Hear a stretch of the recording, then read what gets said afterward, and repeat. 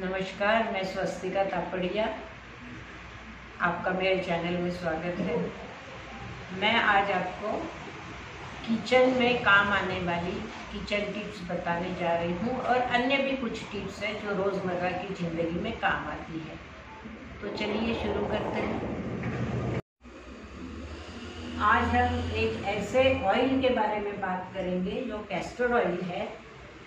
इसके बारे में हमने सुना तो है, लेकिन इसका उपयोग बहुत कम लोग करते हैं। बड़े शहरों में तो आटा रेडीमेड मिल जाता है, आजकल सब रेडीमेड का चलन है। लेकिन अगर हमें गेहूं लेकर उसका आटा पिसवाना है तो मैं बहुत अच्छी टिप बताती हूँ। सारे अनाज में, जैसे गेहूं है, तुअर दाल है, चना दाल है, मूंग दाल है, हरी मूंग की छिलके वाली दाल है, छोला है, कोई भी अनाज है, तो अगर हम इसे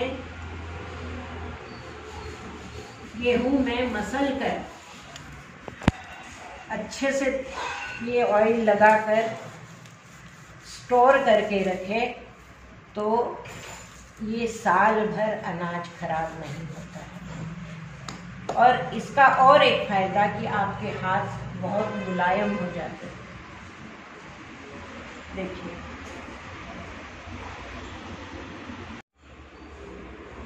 कैस्टर ऑयल का और एक उपयोग कि आपकी अगर आईब्रोज का बहुत घनी करना है तो आप रात में सोते वक्त 2 घंटे के लिए शाम को लगा लीजिए और 2 घंटे बाद धो लीजिए, आपके बाल आईब्रोज घनी हो जाएगी। और एक, पाँव जब फट जाते हैं ठंडी के दिनों में, या ऐसे भी किसी के हमेशा ही फटे हुए रहते हैं, तब अगर हम ये कैस्टर ऑयल, जिसे एरंडी का तेल भी कहते हैं, पाँव में अगर लगा दिया जाए तो आपके 8 दिन में बहुत ही सुंदर पाँव हो जाएंगे। बिल्कुल दवाइयाँ वगैरह रहेगी जो एकदम क्लीन हो जाएगी। एक और टिप याद आ गई कि कैस्टर ऑयल का और एक उपयोग, आजकल कॉन्स्टिपेशन हर किसी को रहने लगा है, आम समस्या बन गई है।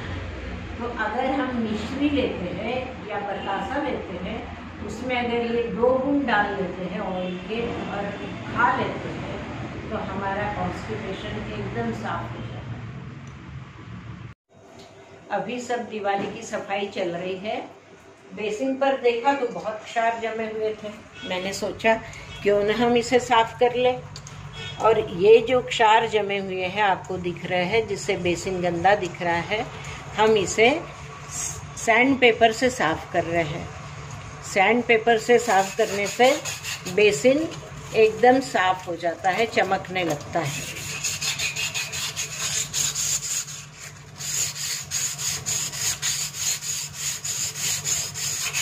ये बेसिन कितना चमकने लगा है।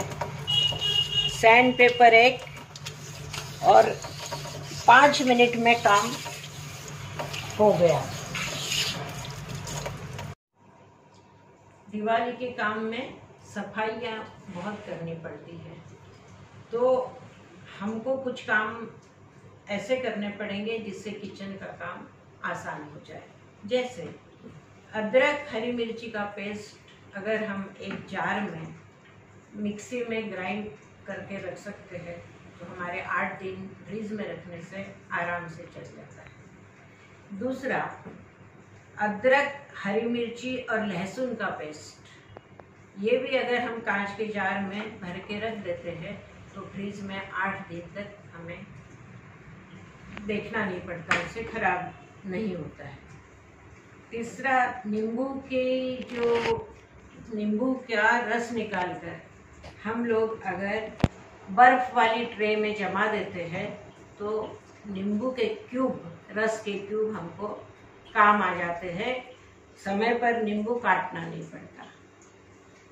फूल गोभी, भिंडी और भी अन्य चीज़ें जैसे बीन्स है, ये सब चीज़ें, गाजर है, ये सब चीज़ें अगर हम बारीक बारीक या छोटे छोटे टुकड़ों में काट के रखें और फ्रीज़र में रख दें तो हमें किचन में कम समय लगेगा हम निकाल के उसका उपयोग सब्जी बनाने में कर सकते हैं।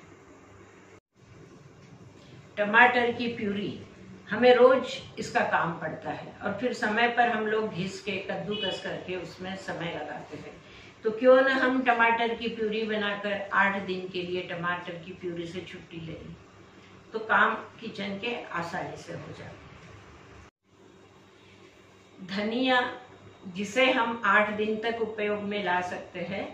धनिया जैसे ही बाजार से आता है तो हमने धो लेना चाहिए और उसको धोकर पोंछकर सूखे कपड़े से उसे बारीक बारीक अगर हम काट देते हैं तो हफ्ता भर एकदम खराब नहीं होता और हमारा समय पर जो हम काटने बैठते हैं तो उसका झंझट खत्म हो जाता है। मैं आशा करती हूँ आपको मेरी टिप्स पसंद आई होगी। आपने अंत तक देखा, उसके लिए बहुत बहुत धन्यवाद। अगर आपको मेरी टिप्स पसंद आती है तो आप सब्सक्राइब कीजिए, लाइक कीजिए, शेयर कीजिए और अगले वीडियो का इंतज़ार कीजिए। धन्यवाद।